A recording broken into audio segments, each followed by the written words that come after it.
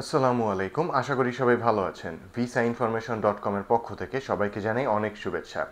আপনারা যারা Australia subclass 600 visitor ভিসার জন্য অ্যাপ্লাই করতে চাচ্ছেন বা অ্যাপ্লাই করার চিন্তা ভাবনা করছেন, তাদের একটা প্রশ্ন বা কনফিউশন থাকে আপনাদের মধ্যে যে আমরা অস্ট্রেলিয়া ভিজিটর ভিসা অ্যাপ্লাইয়ের সময় আমাদের ফাইন্যান্সিয়াল সলভেন্সি বা অর্থাৎ আমাদের ব্যাংক স্টেটমেন্টটা কীরকম দেখাবো বা ব্যাংকে কত টাকা দেখালে ওরা আমাদের ভিসা দেবে, এই ধরনের একটা মন মানসিকতা বা চিন্তা আমাদের মাথায় আসে। সো আপনাদের একটু ধারণা দেওয়ার চেষ্টা করব বেসিক্যালি ব্যাংকে কী ধরনের ব্যালেন্স রাখলে বা কী ধরনের স্টেটমেন্ট থাকলে আপনার অস্ট্রেলিয়া ভিসা বর্তমান সময়টাতে পাওয়ার পসিবিলিটি সর্বোচ্চ থাকবে।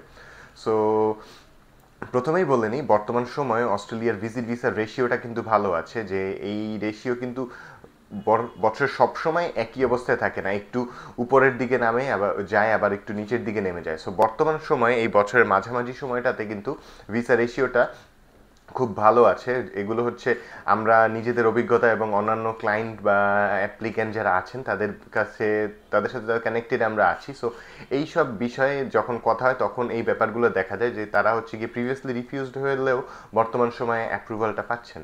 সো ব্যাপারটা হচ্ছে বর্তমান সময়ে রেশিওটা ভালো থাকার আরও একটা কারণ হচ্ছে এই যে মাঝামাঝি সময়টা অস্ট্রেলিয়া ট্রাভেলের জন্য একটা পারফেক্ট একটা সময়। সো এই টাইমটাতে ইন্টারন্যাশনাল ট্যুরিস্টরা অনেক ট্রাভেল করে থাকেন ওদের দেশে। সো এই কারণে ওরা হচ্ছে রেশিওটা একটু অন্যান্য সময়ের থেকে বাড়িয়ে রাখে।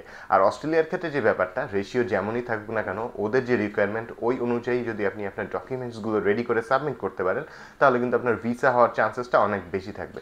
এখন হচ্ছে ব্যাংকে আপনি কত টাকা দেখাবেন। এখন একটা ব্যাপার হচ্ছে, আমি সবসময় বলি ভিজিট ভিসার ক্ষেত্রে আপনি যদি যে কোনো দেশের জন্য অ্যাপ্লাই করেন, আপনার ব্যাংকে একটা ভালো সাফিসিয়েন্ট ব্যালেন্স থাকতে হবে। কেন থাকতে হবে? বিকজ আপনি আপনার নিজের টাকায় ঘুরতে যাচ্ছেন, সো এই খরচটা আপনাকে বহন করতে হবে। সো কোনো একটা দেশে ঘুরতে গেলে কী ধরনের খরচ হয় এই আইডিয়াটা আপনার থাকতে হবে।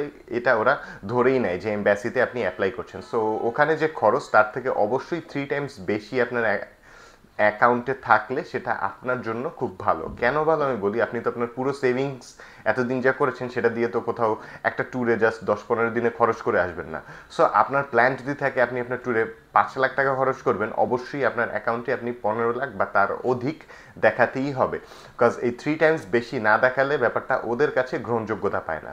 সো আপনি যখন আপনার ব্যাংক স্টেটমেন্টটা ওদের কাছে রিপ্রেজেন্ট করবেন, অবশ্যই যেন রিমেইনিং ব্যালেন্সটা, আপনি যে অ্যামাউন্টটা খরচ করবেন 5 লাখ হলে 15 লাখ রাখবেন, আপনি যদি 10 লাখ খরচ করেন অবশ্যই আপনি 30 লাখের মতো একটা অ্যামাউন্ট আপনার ব্যালেন্সে রাখবেন। সো এই ব্যাপারটা আপনার মাথায় থাকতে হবে। এখন বেশির কোনো লিমিট নেই, আপনি চাইলে এই অনুযায়ী কাজ করলে আপনার ভিসা অ্যাপ্রুভালটা আসতে পারে। সো আমরা এগুলো হচ্ছে আমাদের পূর্ব অভিজ্ঞতা থেকে আপনাদের কাছে বলছি যে অ্যামাউন্টটা এই ধরনের রাখতে হবে। আর একটা ব্যাপার, আপনি আপনার রিমেনিং ব্যালেন্স বলতে যে শুধুমাত্র স্টেটমেন্টে বড় 2-3টে ট্রানজাকশন করে রাখলেন, আমার অ্যাকাউন্টে 30 লাখ টাকা আছে, এভাবে আসলে কিন্তু বেসিক্যালি হবে না। একটা রেগুলার ট্রানজাকশন আপনার ব্যাংক স্টেটমেন্টের মধ্যে থাকতে হবে কিন্তু।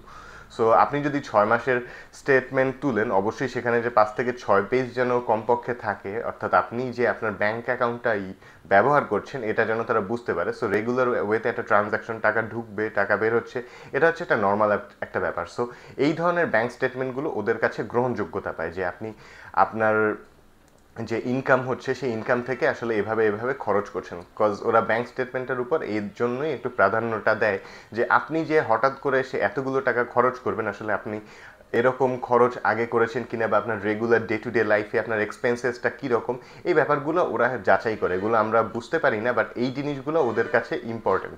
সো এই জিনিসগুলো মাথায় রেখে আপনি আপনার ব্যাংক স্টেটমেন্টটা রেডি করে যদি অস্ট্রেলিয়ার জন্য আপনার ফাইল সাবমিট করেন, তাহলে আশা করা যায় আপনার ভিসা হওয়ার চান্সেসটা বর্তমান সময়টাতে অনেক বেশি আছে। আজকের ভিডিওটি মূলত এতটুকুই। অস্ট্রেলিয়া ভিজিট ভিসা রিলেটেড যে কোনো ধরনের সহায়তার জন্য চাইলে সরাসরি ভিজিট করতে পারেন আমাদের অফিসে, বা কল বা নক করতে পারেন স্ক্রিনে দেওয়া নাম্বারে। সবাইকে অনেক ধন্যবাদ।